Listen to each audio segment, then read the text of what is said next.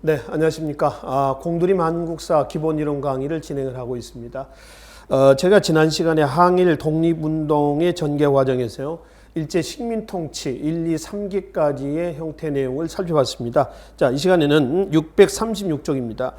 일제 식민통치 기간 동안에 우리 민족의 저항은 각 시기별로 10년대에서 40년대까지 어떻게 해서 진행이 됐는가라고 하는 것을 1910년대를 중심으로 해서 살펴보도록 하겠습니다. 일단 항일운동의 내용을 보기 전에 이 단원에 정리해야 될 방향을 좀 설명을 드리고 진행하도록 하겠습니다. 항일운동 전개 과정, 일단 시기를 좀 나누어서 정리를 하십시오. 항일운동의 전개 과정은요, 앞으로는 여러분들이 공부를 하시면서 이런 방향에서 정리하시라는 겁니다. 그게 1910년대 하고요, 10년대, 1920년대, 그러면 1930년대, 마지막에 1940년대. 시기별로 나눠서 정리하시라는 겁니다. 출제는 이렇게 됩니다. 이게 10년대 때인지 아니면 20년대인지 아니면 30년대인지 아니면 40년대인지 항일운동의 방향을 각기 서술을 하거나 아니면 그런 내용들을 제시하면서 이게 몇 년대냐라고 하는 것을 묻는 문제예요. 그래서 10년대, 20년대, 30, 40년대 각기 나누어서 정리하실 것. 자, 그 중에 1910년대 항일운동에서는요, 국내와 국외로 나눠서 정리를 하시면 됩니다. 그러니까 이게 국내에서의 항일운동인지 아니면 국외에서의 항일운동인지 요 얘기죠. 특히 뭐 국내에서 그러면 뭐 비밀결사 조직 운동이라든가 뭐 3.1운동 등이 있고요. 국외에 그러면 3.1운동의 결과 중에서 가장 큰 게 상하이에 수립됐던 대한민국 임시정부입니다. 그래서 임시정부 활동을 중심으로 해서 정리를 하시면 돼요. 그러면 국외에서는 임시정부 외에도 이제 뭐 만주라든가 상하이 임시정부 상하이죠. 만주라든가 연해주라든가 일본에서의 각기 독립운동 단체들이 있습니다. 그 단체의 특징을 보시면 됩니다. 20년대도 마찬가지입니다. 이게 국내에서인지 아니면 국외에서인지 위치를 나눠서 정리를 하시고요. 뭐 국내에서 그런 무장 독립운동 단체도 있죠. 뭐 보합단, 천마산대, 뭐 구월산대 등이 있고요. 그 다음에 이제 국외에서라고 한다면은 봉오동 청산리 전투 이후의 전개 과정을 정리하시면 됩니다. 여기다가 이제 국내에서 하나 더 한다면 학생운동도 같이 일하시면 되고요. 여기 이제 20년대 때 항일운동 그럼 하나 더 한다면 사회주의 사상이 들어와서 전개됐던 사회주의 운동. 그러니까 기존에 이제 문화 통치하에서 민족주의 좌파하고 우파로 나눠져 있는 20년대 상황에서 사회주의 사상까지 들어오죠. 그래서 항일운동의 혼선을 빚습니다. 그러니까 이 항일운동의 혼선을 극복하기 위한 민족 유일당 운동까지가 20년대 여러분들이 정리하셔야 될 부분이에요. 자, 30년대 때는 국내와 국외로 나눌 필요 없습니다. 30년대 한중 연합작전. 그래서 한국군, 중국도 이제 일본의 침략을 받았던 시기입니다. 그래서 중국 자체도 마찬가지입니다만 우리나라와 마찬가지 민족주의, 사회주의 나누지 않습니까? 국민당과 공산당, 우리나라도 마찬가지예요. 20년대 이후에 민족주의, 사회주의를 나누기 시작합니다. 그래서 한중연합작전도 민족주의는 민족주의 길을 묶고요. 사회주의 계열은 사회주의 계열끼리 따로 묶어서 정리를 하시면 되겠습니다. 이게 30년대 때 정리하셔야 할 부분이에요. 자, 40년대 때는 한국광복군, 대한민국 임시정부의 정규 부대입니다. 그다음에 김원봉, 김두봉 등을 중심으로 했었던 조선 독립동맹이 있어요. 1942년에 사회주의 계열입니다. 조선 독립동맹의 군사적 기반이 조선의용군입니다. 민족주의 계열의 대한민국 임시정부의 한국광복군하고요. 그 다음에 조선 독립동맹의 군사적 기반 조선의용군의 활동을 40년대에서 정리를 하시면 되겠습니다. 그래서 각 시기별로 이 방향하에서 정리를 하시는데요. 물론 문화적인 식민지 문화정책, 문화적인 부분은 시기별로 나눠서 정리할 필요가 없다라고 말씀을 드렸습니다. 그런데 식민통치 부분에서 정리가 됐으니까요. 나중에 문화 부분에서 따로 보기로 하겠습니다. 일단 독립운동, 무장 독립운동 전개 과정에서 이 방향에서 각 시기별로 정리를 좀 하시라는 겁니다. 자, 이 시간에는 그 중에 1910년대 있죠? 10년대 국내를 중심으로 해가지고 정리를 좀 하도록 하겠습니다. 교재 636쪽을 좀 보기로 하겠습니다. 10년대 국내와 국외를 중심으로 생각하자는 얘기입니다. 그 중에 국외부터 지금 나와 있죠. 한 장을 넘기겠습니다. 638쪽에 보시면 국내에서의 항일운동이 있습니다. 그래서 뭐 의병운동, 애국개몽운동, 항일, 비밀 결사 조직운동, 그다음에 3.1운동까지가 이제 국내. 그리고 앞에 636쪽은 국외에서의 항일운동 부분이 되겠습니다. 그러면 국외에서의 1910년대 때 독립운동의 방향은 뭐냐 그러면은 무장, 독립, 운동, 기지 건설입니다. 자, 1910년대에 왜 국외부터 먼저 보는데요. 왜 10년대 국외에서는 무장, 독립, 운동, 기지를 건설하려고 했었느냐라고 하는 거죠. 1910년대 일제 식민 통치 형태가 뭐였었어요? 칼로 통치하는 거였죠. 무단 통치입니다. 무단 통치. 무가 아니라 무단 통치. 총칼로 위협하면서 통치하는. 또 헌병, 경찰 통치였죠. 헌병, 경찰 통치라고 하는 것은 말 그대로 헌병은 뭐예요?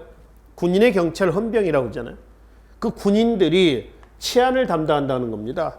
쉽게 하면은 군대식으로 통제하겠다는 겁니다. 군대식으로 통제한다는 얘기는 어떻게 하겠다는 거예요? 일사불란하게 하겠다는 거죠. 그렇죠? 그런 목적, 그런 의도예요. 자, 여기다가 이제 1910년대 보면은 일제 집회 금지법이라고 있어요.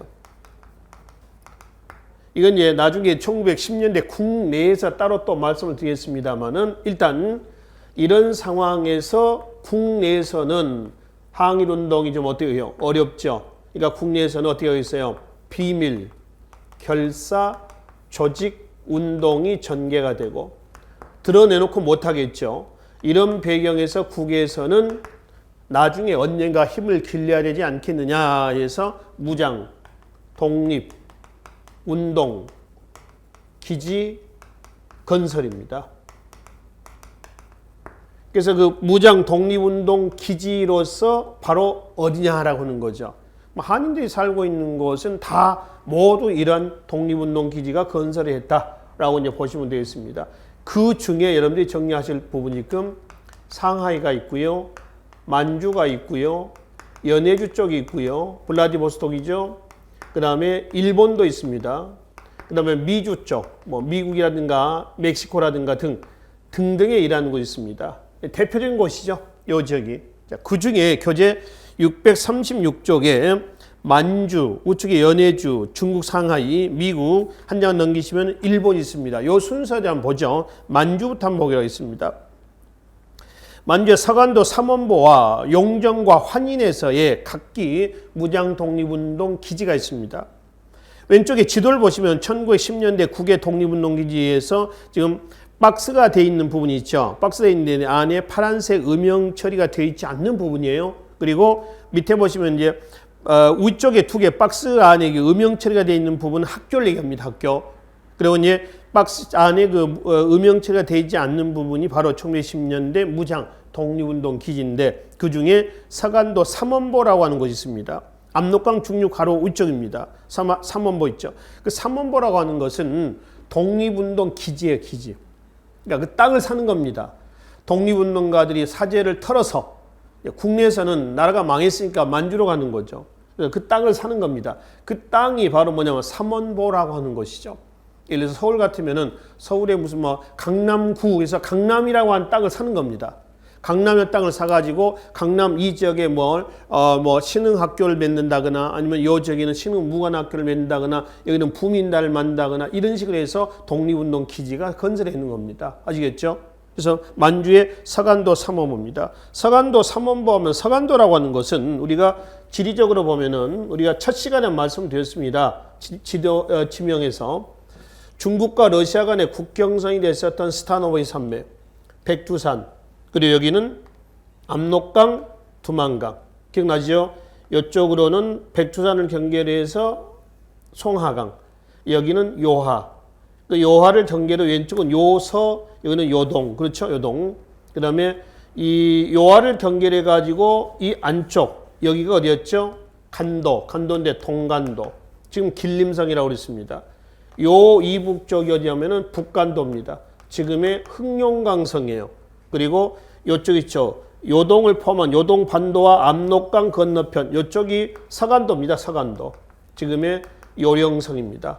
그래서 서간도 지방에 어디에요? 삼원보라고 하는 땅 안에 여러 개 독립운동 단체들이 만들어집니다. 그 단체가 거기 지도에서 봅시다.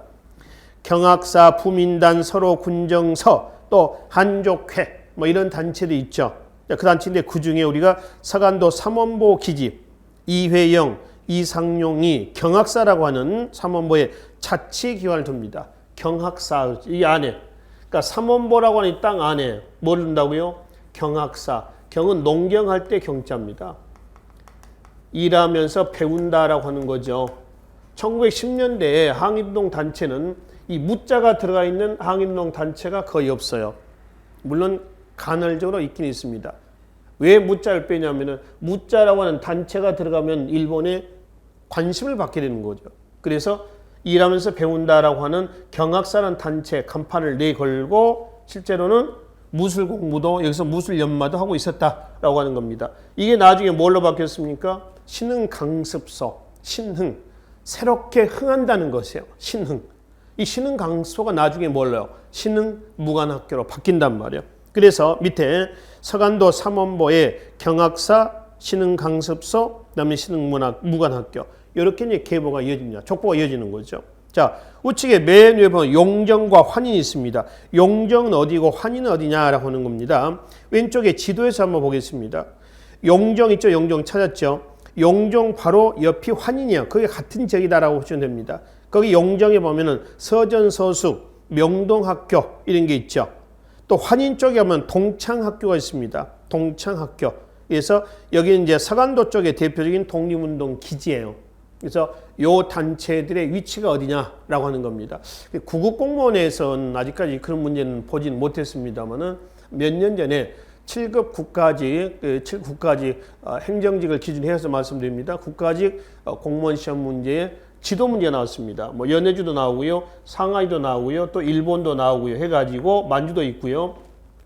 다음 중 뭐 기역, 니은, 디귿, 리을에서 다음 중 각 지역에 해당하는 독립운동 기지 또는 단체가 바르게 연결이 된 것은 또는 연결되지 않는 것은 이런 문제가 나왔어요. 그러니까 이 단체가 조금 더 심화해서 들어간다면 이 단체가 연해주에 있었느냐 아니면 만주냐 아니면 상하이냐 아니면 일본이냐 아니면 미국이냐 아니면 하와이냐 하와이도 뭐 미국 땅입니다. 하여튼 이런 식으로 매치 좀 시켜 놓으시라는 겁니다. 그래서 내용도 내용이거니와 시각적으로 여러분들이 그걸 인지하기 위해서 왼쪽에 지도 내용을 이해를 좀 하시면 돼요. 아시겠죠? 자, 그래서 이제 삼원보 쪽에는 경학사, 신흥강습소, 신흥무관학교. 그리고 이제 용정에는 서전서숙, 명동학교, 환인에는 동창학교. 뭐 이런 이제 교육시설과 무장독립운동 단체가 만들어졌습니다. 연해주로 하겠습니다. 연해는 신안촌이라고 그랬죠. 신안촌. 신안촌이라고 하는 것은 신은 새롭다라고 하는 겁니다. 그러니까 신흥 무관학교 할 때 신흥 새롭게 뭐 한다는 거죠? 흥한다는 거죠. 신흥. 그러면 신한촌이라고 한다면 뭐냐? 한은 대한민국 할 때 크다라는 한입니다. 촌 마을이죠. 이 신한촌입니다. 새로운 한인들의 마을이에요. 마을. 이 촌의 개념은 행정적 기능이라기보다는 군사적인 무장독립운동 기지의 성격을 띠고 있을 겁니다. 그래서 신안촌이라고 하는 마을을 만들어 놓고 그 안에 삼원보처럼 삼원보 안에 경사가 있듯이 신안촌이라고 하는 안에 여러 개 독립운동 단체가 있습니다. 보겠습니다. 성명회, 13도 의군, 대한광복군 정부, 한인사회당 이거 있죠. 자, 성명회부터 한번 보겠습니다. 이상설, 유인석 등이 주축이 되고 있고요. 광복의 그날까지 피해 투쟁을 결행하겠다. 성명의 선언문을 발표했습니다. 13도 의군이 있죠. 13도 기억나실 겁니다만 조선의 지방행정조직은 뭔가요? 8도입니다. 이게 제2차 갑오개혁 때 23부가 되죠. 대한제국 광무개혁 때 13도가 됩니다. 그 13도 의군 그러면 의병연합군이라는 뜻이에요. 1908년 서울 진공작전을 기억하실 겁니다. 물론 실패했지만. 그래서 서울 진공작전에 반대하고 유인석 등이 연해주로 가서 의병들을 끌고 가서 조직했던 단체가 13도 의군입니다.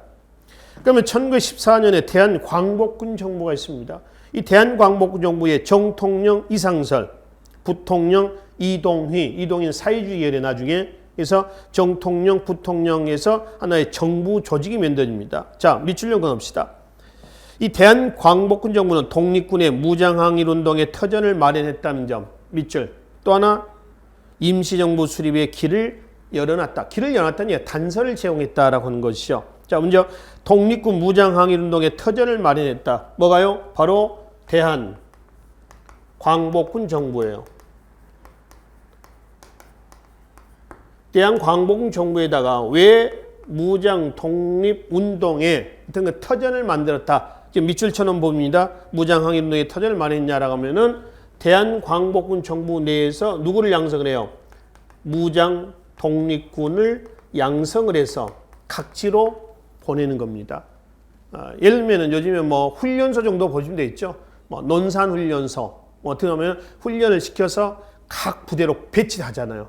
그래서 무장 독립군을 양성함으로 인해서 첫 번째 밑줄치 뭐라고요? 무장 독립군 무장항일운동의 터전을 마련했다는 점.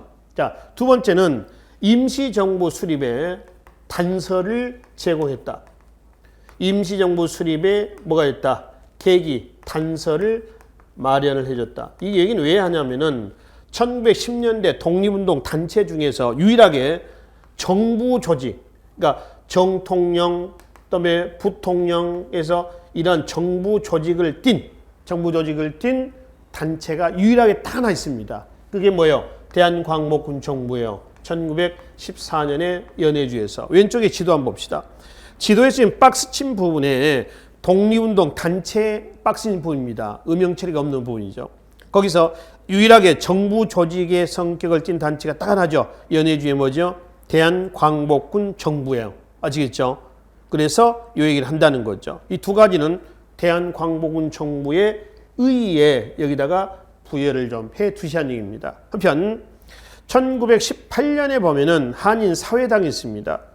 1917년 러시아 혁명의 영향을 받아서 하바롭스크, 러시아의 도시 이름입니다. 소련의 도시 이름이에요. 하바롭스크에서 이동희가 조직했었던 우리나라 최초의 사회주의 단체입니다. 이게 뭐예요? 1918년에 한인 사회당입니다. 17년 러시아 혁명이다라고 한다면은 러시아 혁명은 2월 혁명이 있고요. 11월 혁명이 있어요. 2월 혁명은 맨셰빅 혁명이라고 그러고요. 11월 혁명은 볼셰빅 혁명이라고 합니다. 11월 혁명은 볼셰빅 혁명이다. 맨셰비키 혁명이라면은 누가 주도했냐면은 지주, 자본가들이 주축이 되고요.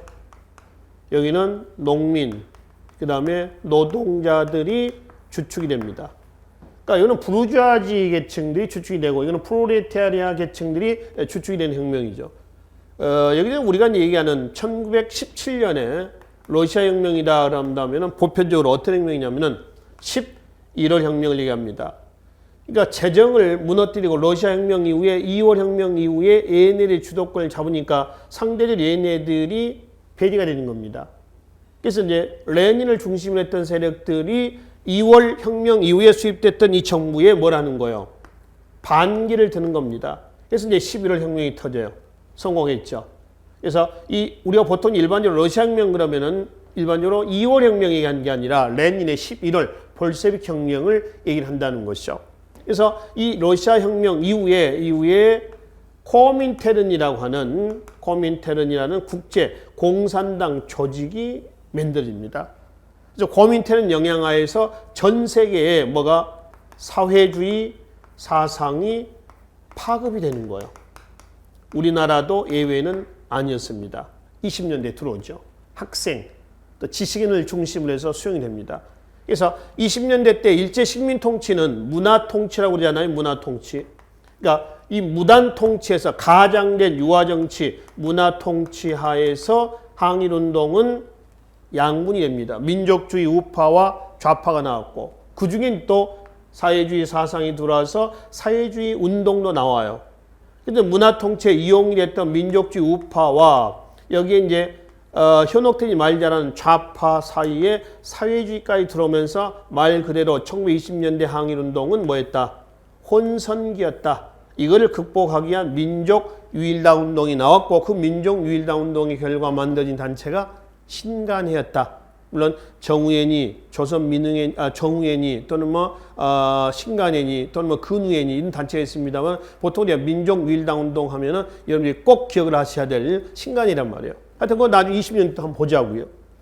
그래서 이제 우리나라의 사회주의 사상은 러시아 혁명 이후에 코민텔은 영향하에서 전 세계 파급되는 과정에서 우리나라도 예외는 아니었다. 이렇죠.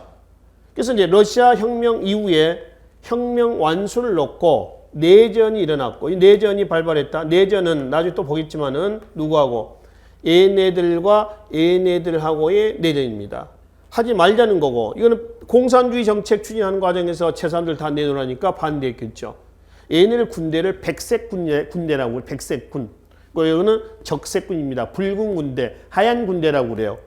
결국은 우리나라의 서일한 사람이 여기 편이 돼가지고 내전에서 누가 농민, 노동자, 즉 레닌이 승리해가지고 비로소 1922년에 세계사에서 최초로 소련이라고 하는 소비에트 연방공화국입니다. 소련이 만들어집니다. 이건 이제 1921년에 고르바초프 때 글라스노스트, 페레스트로이카라고 하는 정책 하에서 소련은 해체가 되고요. 러시아, 우즈베키스탄, 카자흐스탄 이런 식에서 분리 독립이 돼버리죠. 그렇죠? 나중에 보기로 합시다. 일단 러시아 혁명 그러면 레닌의 일반적으로 11월 혁명을 얘기한다라고 하는 것이죠. 그래서 그 러시아 혁명의 영향을 받아서 이동희 등을 중심으로 1918년에 한인사회당이 결성했다. 근데 이 한인사회당은 1921년에 뭘로 바꿨죠? 고려공산당으로 개명을 합니다. 왜냐하면은 이 한인사회당 우리나라 최초의 사회주의 단체란 말이에요. 1918년입니다. 연해주예요, 연해주. 여기에 1921년에 뭘로? 고려공산당으로 명칭이 바뀝니다. 한인사회당에 하바롭스크에서 조직했었던 한인사회당의 요인들이 어디로 오죠? 상해로 가요. 그래서 상해로 가서 이제 고려공산당을 조직했는데 하바롭스크에 있었던 한인사회당의 이 세력들은 어디 가냐면 러시아의 이르크츠크로 갑니다. 지명입니다. 이르크츠크 고려공산당과 그래서 상해 고려공산당으로 나눠집니다. 상해파 고려공산당과 이르크츠크파 고려공산당 사이에 대립, 갈등이 터지는 상황에서 1921년 소련의 자유시에서 흑하사변이라도 합니다. 소련의 이 적색군에게 무장 해제당했던 사건을 뭐라고 하죠? 자유시 사변이다. 이렇게 합니다. 아시겠죠? 자유사변. 이는 자유시 또는 자유시라는 도시를 관통하는 강이 흑하입니다. 흑하. 그래서 흑하사변이다 라고 하는 거죠. 이때 이제 서일의 대한독립군단이나 고려공산당 세력들이 무장 해제당했던 그 사건이에요. 또 20년대 또 이어질 겁니다. 우선 간단하게 말씀을 좀 드리고요. 1918년에 한인사회당이 우리나라 최초의 사회주의 단체로서 조직이 됐고요. 그 다음에 고려공산당 나중에 명칭이 바뀌었다라고 하는 것이죠. 일단 한인사회당이 있고요. 러시아 쪽에. 그 다음에 1919년에 대한국민의회가 있습니다. 시베리아 여러 단체들로 결성된 1917년에 밑줄 전로 한족회 중앙총회였습니다. 전로, 전 러시아라는 뜻입니다. 한족회는 우리 한족을 얘기합니다. 한족의 모임이죠. 한족회 중앙총회가 1919년 뭘 계기로? 3.1운동을 계기로 해서 대한국민의회로 바뀌었습니다. 손병희를 대통령으로 해서 발전했다는데 원래 전로 한족회 중앙총회의 대통령에는 손병희였습니다. 근데 대한국민의회의 대통령이 손병희라는 얘기는 아니고요. 대한국민회가 아니라 전로 한족회 중앙총회였을 때의 대통령이 손병희였었어요. 천도교의 손병희라고 합니다. 그래서 이거는 좀 헷갈릴 수 있는 부분이기 때문에 좀 수정 좀 해야겠습니다. 전로 한족회 중앙총회가 손병희를 대통령으로 쳐. 자, 이 부분을 지워버리고요. 지우고 이거를 이렇게 좀 고치겠습니다. 뭐렇지 하면은 문창범입니다. 문창범을 의장으로 이렇게 고치겠습니다. 문창범을 의장으로 해가지고 뭘로 조직됐다. 이게 대한국민의회예요. 3.1운동 이후에 연해주에 수립됐던 대한국민의회를 얘기합니다. 자, 어디에 하면은 교재 3.1운동 이후에 나옵니다만 교재 642쪽은 가봐요. 642쪽에 보시면은 각지 임시정부 해가지고 정부 형태를 구비한 임시정부가 있죠. 그렇죠? 기억에 보면 대한국민의회가 있습니다. 위에서 한 18째, 9째 줄 정도 보시면 됩니다. 연해주에서 문창범을 중심으로 조직되어 행정사법의 기능까지도 통일적으로 공유하고 있었다 그랬죠. 고 문창범. 이 얘기로 좀 고치자는 얘기입니다. 그래서 교재 637쪽에 넘어오셔가지고 손병일 대통령으로 문창범을 의장으로 하여서 발전했다. 문창범을 의장으로 하였다. 발전한 게 아니라, 그러니까 요 문장은 손병희가 나온 건 전로 한족계 중앙총회로 보시고요. 그건 이제 혹시 오해 소지가 있으니까 문장 독해할 때요. 대한국민의회는 손병희가 아니라 문창범이 의장이었다. 이렇게 좀 고쳐놓으시라는 얘기입니다. 아시겠죠? 그 다음에 이제 연해주 쪽입니다. 성명의 13도 2군 대한광복군정부 한인사회당 대한국민의회예요. 아시겠죠? 그러면 중국으로 하겠습니다. 상해죠. 자, 상하이는 중국 땅이었습니다만은 상하이는 어디에 조차지했냐면 프랑스입니다. 프랑스에 조차지해요. 일정 기간 프랑스가 이 지역을 임대해서 통치하는 곳입니다. 관리하는 곳이죠. 조차지라고 그러죠. 동제사 1912년에 동지다 신규식입니다. 그 다음에 1918년에 신한청년단이 있습니다. 이거는 김규식입니다. 그러니까 신규식과 김규식은 이름만 같고 성은 달라요. 동제사부터 보겠습니다. 1917년 스웨덴 스톡홀름에서 만국 사회당 대회가 열립니다. 1919년 8월 스웨덴 스톡홀름에서 만국 사회당 대회가 열립니다. 이건 만국이란 얘기는 요즘 얘기를 한다면 세계문이죠. 세계 사회당 대회 이런 정도로. 그렇죠? 이때 만국 사회당 대회가 열렸을 때 동제사라는 단체가 조선 사회당으로 명칭을 바꿔요. 그래서 대표를 파견합니다. 조소왕을 파견해요. 그러나 이 대회 자체가 무산되면서 대표 파견은 무의미하게 됐습니다. 그러면 1918년에 신한청년단이 있죠. 김규식, 여운형 등이 주축이 됩니다. 자, 신한청년단에 강령이 있습니다. 이 단체 강령, 단강이죠. 대한독립, 사회개조, 세계대동입니다. 특히 1919년 2월 김규식을 파리강화에 파견했죠. 외교 독립론을 지향하고 있었다는 것이죠. 그래서 파리강화회의 그러면은 1914년에 제1차 세계대전이 터지죠. 이거를 수습했던 1918년에 베르사유 체제가 나옵니다. 이걸 우리는 파리 강화회의라고 그래요. 아시겠죠? 프랑스 파리 베르사유 궁전으로 1차 대전 때의 승전국이었던 연합국이 누구죠? 패전국이었던 동맹국의 수장들, 독일, 오스트리아, 오스만 투르크, 불가리아, 얘네를 불러다가 철저히 응징했던 1차 대전 수습체제입니다. 이때 윌슨에 뭐가 나오죠? 민족 자결주의가 나옵니다. 3.1운동에서 다시 보기로 하겠습니다.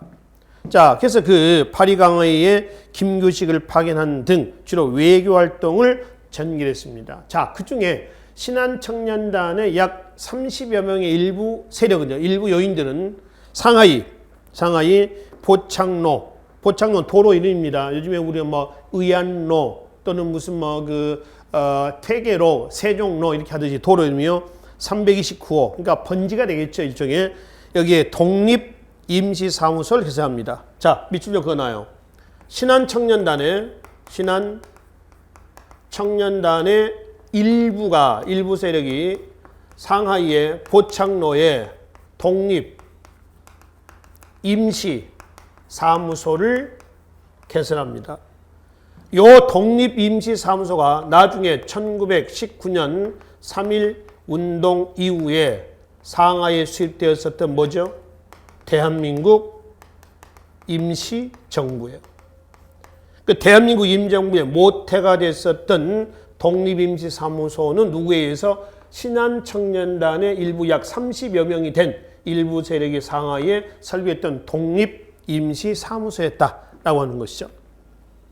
그래서 이것이 이제 뒷날 4월 11일 수립된 대한민국 임정부의 모체가 됐습니다. 4월 11일은 대한민국 임시정부 수립일이 되겠습니다. 아시겠죠?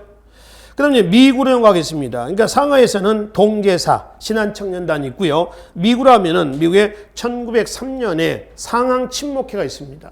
상항이라고 하는 건 샌프란시스코의 음역이에요.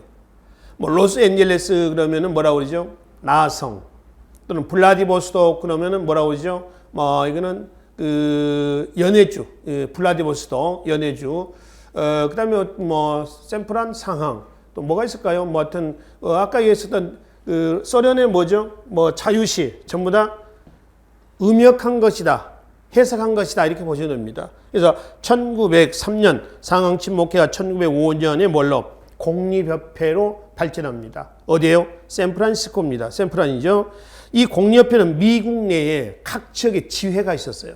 미국 내에 각 지역에 지회가 있었다. 아메리카가 이렇게 있죠. 네, 구전에 이제 미국 땅이 요 정도 되겠죠. 이게 미국입니다. 위쪽은 이제 호주. 호주가 아니라 어디요? 그게? 캐나다. 밑에는 멕시코 이렇게 되겠죠. 그래서 이제 이쪽이 하와이가 있고요. 여기 이제 일본이 있고요. 그건 우리나라 한반도가 있고요. 뭐 이렇게 있죠. 태평양입니다. 그래서 여기 이제 LA라든가 샌프란시스코 미국 서부예요. 워싱턴 DC, 워싱턴이라고 하죠. 미국 동부 쪽이 되어 있고, 그렇죠? 그래서 이쪽이 이제 가까우니까 지정학적으로 여기 한인들이 많이 건너가서 살고 있었습니다. 자, 그 중에 샌프란시스코에서 공립협회가 조직됐고 미국 각 지역에 지회가 있었는데 그 중에 1907년 안창호가 기획해가지고 이 공립협회 국내 지회였던 1907년 뭐가 만들었어요? 신민회가 만들어집니다. 애국개몽운동 단체에서 신민회는 꼭 기억을 해 두시라라고 말씀을 드렸습니다. 뒤로 가겠습니다. 자, 계속 1910년에 대한인 국민회 샌프란시스코입니다. 멕시코에서는 1910년에 숭무학교, 무를 숭상한다는 얘기죠. 그 다음에 1914년에 흥사단 기억하시죠? 신민회가 1911년 백오인 사건의 해산이 되죠. 그리고 다시 도산 안창호가 샌프란으로 건너갑니다. 샌프란 건너가서 신민회 후신단체로서 뭐를 흥사단을 조직을 했습니다. 그리고 하와이에서는 1914년에 박용만입니다. 대조선 국민군단이라고 하는 사관학교를 설립을 합니다. 자, 여기까지 단체는 미주 쪽입니다. 아메리카 쪽이에요. 일본으로 하겠습니다. 일본에서는 조선청년 독립단이 있죠. 제1유학생 최팔룡을 중심으로 했었던 조선 청년 독립단은 1919년 일본의 YMCA 앞에서 독립선언문을 낭독을 합니다. 이게 28 독립선언이죠. 이 28 독립선언의 내용이 밑에 있죠. 이거는 이광수가 기초한 걸로 알려져 있습니다. 물론 이광수는 이때 상하에 있었습니다만은 이 28 독립선언서의 기초는 이광수였다. 나중에 이광수는 또 변제를 하죠. 그래서 일본에서 28 독립선언은 국내에서 우측에 보면은 3.1운동의 직접적인 불쏘시 역할을 했었다. 이렇게 이제 평가를 하는 것이죠. 그래서 여기가 이제 1910년대, 10년대 어디요? 국외죠, 국외. 국외에서의 무장 독립운동, 기지 건설 운동의 내용에 해당이 되겠다라고 하는 거죠. 아시겠죠? 자, 그 다음에 이제 1910년대 국내로 가겠습니다. 국내에서 뭐요? 비밀 결사 조직 운동이다. 그러니까 왜 비밀 결사 단체가 조직이 돼야만 했었느냐라고 하는 거죠. 일기 때 식민통치 무단 통치와 원병 경찰 통치와 집회금지법 등으로 인해서 드러내놓고 할 수 있다 없다? 없다. 그렇지? 전부 다 지하로 간다라고 하는 거죠. 그래서 비밀 결사 단체가 많이 나옵니다. 그러면 이것만 있는 건 아니란 말이에요. 이거 이전에 국권 필다 이전부터 계속 있어 왔었던 항일운동의 두 방향을 쓰라 그러면 가장 적극적인 뭐였죠? 의병운동과 애국개몽 운동이었었습니다. 그러니까 대외적인 항일운동이 의병운동이었다고 한다면은 대내적인 항일운동은 뭐죠? 애국개몽운동이에요. 그러니까 애국개몽운동은 우선 힘이 없으니까 힘을 기르자는 거 아닙니까? 그래서 애국개몽운동을 우리는 다른 말로 뭐라고 그랬니? 실력 양성운동이다. 그 애국개몽운동 단체 중에서 신민회는 꼭 기억하시라고 그랬습니다. 둘 다 이 단체 궁극적인 목표는 조국의 광복입니다. 목표는 같지만은 가는 길 동안에는 서로 의견 충돌이 있었다는 거죠. 얘네는 비폭력을 야만적인 행동으로 비판했잖아요. 얘네는 폭력적인 방법을 통해서 광복까지 가자는 겁니다. 물론 얘네들이 얘기하고 있는 폭력은 사전적인 폭력은 아니라고 그랬죠. 그러니까 어떤 폭력이에요? 광복을 위한 좋은 폭력이에요. 그렇죠? 나쁜 폭력은 아니다라고 하는 거죠. 아시겠죠? 그래서 이제 이 의병운동, 애국개몽운동은 1910년 한국 병합 이후에도 계속 진행이 됩니다. 언제까지? 이때까지 간다라고 하는 것이죠. 특히 의병운동은 1차 을미의병, 2차 을사의병, 3차 정미의병 그렇죠? 정미의병 이후에 공식적인 의병운동의 마지막 종착역은 1915년입니다. 1915년에 마지막 의병장 하나 있습니다. 평안남도 성천에서 체포가 됐던 누구죠? 마지막 의병장 638쪽에 한번 보시겠습니까? 밑에서 한 6, 7째 줄 정도 보시면 나와 있습니다. 누구예요? 바로 서북지방 평안도 쪽입니다. 을 중심으로 해가지고 활동했던 마지막 의병장 최응언입니다. 이가 1915년에 체포가 되면서 공식적인 의병운동은 마침표입니다. 물론 지하로 계속 하겠죠. 비밀결사 조직이 있었듯이 의병활동도 계속 지하 조직, 게릴라전으로 전개해 나갔었을 거란 얘기죠. 그렇죠? 애국개몽운동도 마찬가지 계속 교육, 언론, 그렇죠? 다양한 경제적인, 사회적인 다양한 애국개몽운동, 이른바 실력 양성 운동이었다라고 하는 거죠. 여기다 이제 이 의병운동과 애국개몽운동 이후에 국내에서의 1910년대 비밀결사 단체에서 우측에 독립의금부, 대한광복단, 송죽회, 조선국권회복단, 자립단 있습니다. 일단 이 단체 활동은 빼고 단체 내용, 이 단체명만 한번 봐두십시오. 몇 년대요? 1910년대입니다. 국내예요, 국외예요? 국내입니다. 어떤 공통점이 있다고요? 비밀결사단체라는 점. 자, 세 가지입니다. 1910년대 국내 비밀결사단체라고 하는 공통점을 가지고 있다는 거지. 그 중에 독립의금부부터 하겠습니다. 1912년이죠. 국권강탈 1910년 8월 29일입니다. 국권강탈 이후에 국내에서 조직됐던 최초의 단체입니다. 임병찬이 고종의 밀조를 받아서 복벽주의를 지향하면서 전라도 유생을 추진을 하고 있습니다. 임병찬은 누구냐라고 하는 거죠. 2차 의병장 순창 최익현이 있었죠. 대마도에 끌려가서 단식 순절했던 최익현의 제자가 임병찬입니다. 최익현은 체포가 돼서 순창에서 부산, 그 다음에 대마도로 갔는데 부산에서 대마도로 건너가기 전에 버선을 벗고 버선에다가 부산에 흑을 집어넣습니다. 외놈의 땅을 밟지 않겠다는 거죠. 그리고 이제 흙을 넣어가지고 버선에 이제 버선을 싣는 거죠. 그러니까 대마도에 가서 외적의 식량을 안 먹겠다 해서 단식 순절합니다. 그런데 최익현이는 주검으로 돌아왔지만 같이 끌려갔던 임병찬은 살아왔어요. 그래서 임병찬이 돌아와서 고종의 밀조를 받아가지고 뭐를 조직했다고요? 독립의금부를 조직했는데 독립의금부는 바로 복벽주의를 지향합니다. 복벽주의는 좀 쉬운 말로 왕정복고입니다. 다시 전제 군주제로 되돌아가겠다는 거죠. 왕정복고, 그러면 누구죠? 전라도 유생을 중심으로 한다. 그러면 독립의금부가 복벽주의를 지향했다라고 한다면은 복벽주의에 반대된 공화주의를 지향했던, 공화정을 지향했던 단체가 하나 있습니다. 바로 밑에 보겠습니다. 대한광복단이 있어요. 가장 활발한 단체입니다. 왜냐하면 군대식으로 조직이 돼서 그래요. 총사령관에 누구죠? 박상진, 부사령관에는 김좌진 등이 나와 있죠. 그래서 얘는 이제 근대 공화정치를 지향했으며 1915년 대한광복회로 개칭합니다. 대한광복회, 대한광복단 같은 단체입니다. 그리고 만주의 독립군 기지, 사관학교를 설립해서 독립군들을 양성을 하고 있었습니다. 독립군 양성이죠. 그리고 밑에 송죽회가 있습니다. 평양 숭실여학교 교사들이 중심이 됐던 유일한 여성단체입니다. 송죽회. 그러면 조선국권회복단이 있죠. 자, 봅시다. 임병찬을 중심으로 했던 독립의금부가 전라도 유생을 주출했다라고 한다면은 경상북도, 대구 지방의 유생들을 중심으로 했던 단체가 뭐죠? 바로 조선 국권회복단이에요. 전라도 유생의 독립의금부와 경상도 유생의 조선국권회복단. 독립의금부의 복벽주의와 그다음에 대한독립단 또 대한광복단, 대한광복회 공화정. 그래서 서로 좀 매치 좀 시켜가지고 묶어서 정리를 좀 해두시라는 얘기입니다.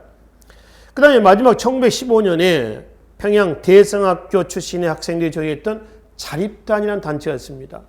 평양 대성학교, 평양 바로 위에 정주의 오산학교. 그러면 어떤 단체가 기억나신가요?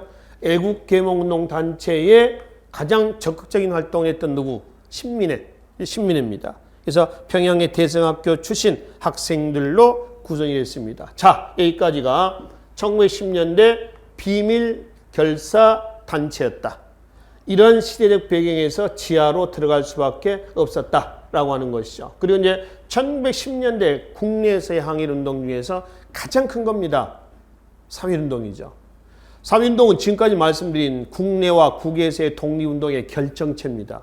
거기에 불쏘시 역할을 했던 것이 28 독립선언이라고 했습니다. 여기다가 국제 분위기도 한 몫을 했습니다. 바로 뭐죠? 민족 자결주의였습니다. 이거 봅시다. 아까 말씀드렸죠. 민족 자결주의라고 하는 것은 1차 대전 수습체제였던 베르사유 체제 때 미국 대통령 윌슨이 제창했던 이념입니다. 무슨 얘기냐면은 1차 대전은 연합국가, 동맹국 간의 식민지 쟁탈전이라고 그랬죠. 이때 연합국 그러면은 영국, 프랑스, 러시아, 일본, 이태리, 미국, 동맹국에는 독일, 오스트리아, 오스만 투르크, 불가리아 이런 나라가 있단 말이에요. 각각 이 나라들은 뭘 가지고 있어요? 식민지를 가지고 있죠. 우리나라 같은 경우는 지금 일본의 식민지입니다. 그죠?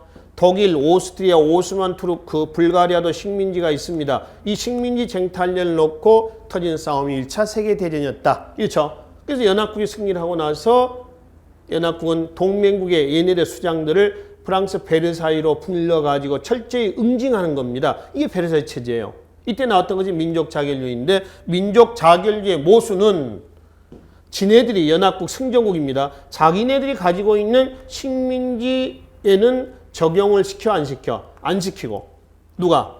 패전국이 가지고 있는 아프리카라든가 또 동유럽 쪽에 있죠. 이 나라들의 식민지 독립에만 적용시켰던 민족 자결주의였어요.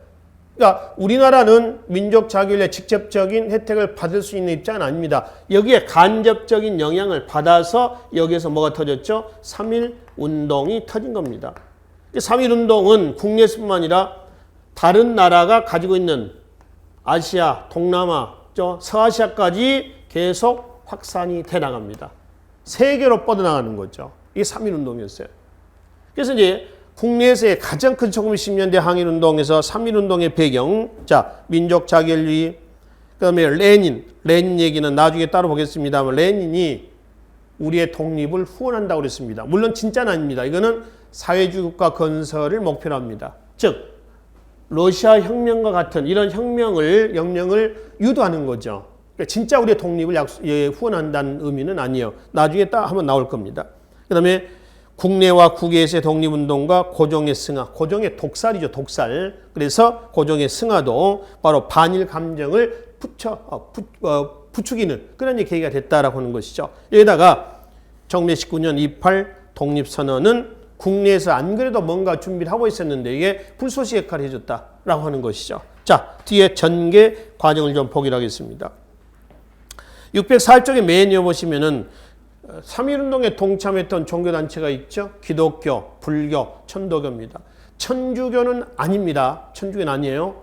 기독교, 불교, 천도교입니다. 동학이 천도로 바뀐 건 아시죠?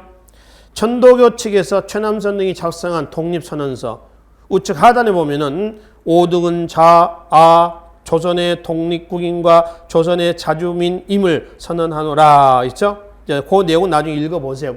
그리고 밑에 마지막 공약 3장은 불교계에 있었습니다. 그래서 공약 3장 불교계 한용운이 쓰고 있습니다. 28 독립선언서하고요. 3.1 독립선언문하고 비교해 보면은 조금 과격한 표현이 완화가 됐습니다. 조금 다운됐다라고 보시면 됩니다. 근데 28 독립선언은 좀 과격한 표현들이 나와요. 바로 앞장에 봅시다. 앞장에 보시면은 638쪽 28 독립선언문의 네 번째 한번 보시죠. 네 번째. 앞에서 요구한 내용이 실패할 때는 일본에 의해서 영원히 혈전을 선언함 이로써 발생하는 참화는 우리 민족이 그 책임을 지지 않으면서 혈전, 피로 싸우겠다라고 하는 거죠. 근데 641쪽의 기미 독립선언서라든가 마지막 공약 3장의 내용을 보면은 조금 그런 과격한 표현이 완화가 됐다는 것을 알 수가 있습니다. 자, 계속 경과를 좀 보겠습니다. 3.1운동 왼쪽 상단입니다.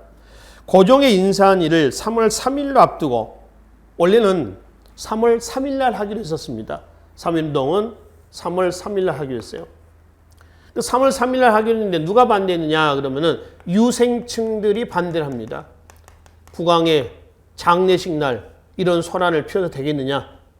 강하게 반대를 합니다. 그래서 안 돼요. 그건 안 됩니다. 3월 2일 날 하자 했더니 누가 반대냐면은 여기에 동참했던 기독교인들이 또 반대를 합니다. 3월 2일 날 일요일 날이었군요. 주일 날입니다. 예배 드려야 되는데 무슨 독립운동이냐? 안 된다라고 하는 거죠. 3월 3일은 월요일이었습니다. 그래서 이제 절충한 것이 3월 며칠?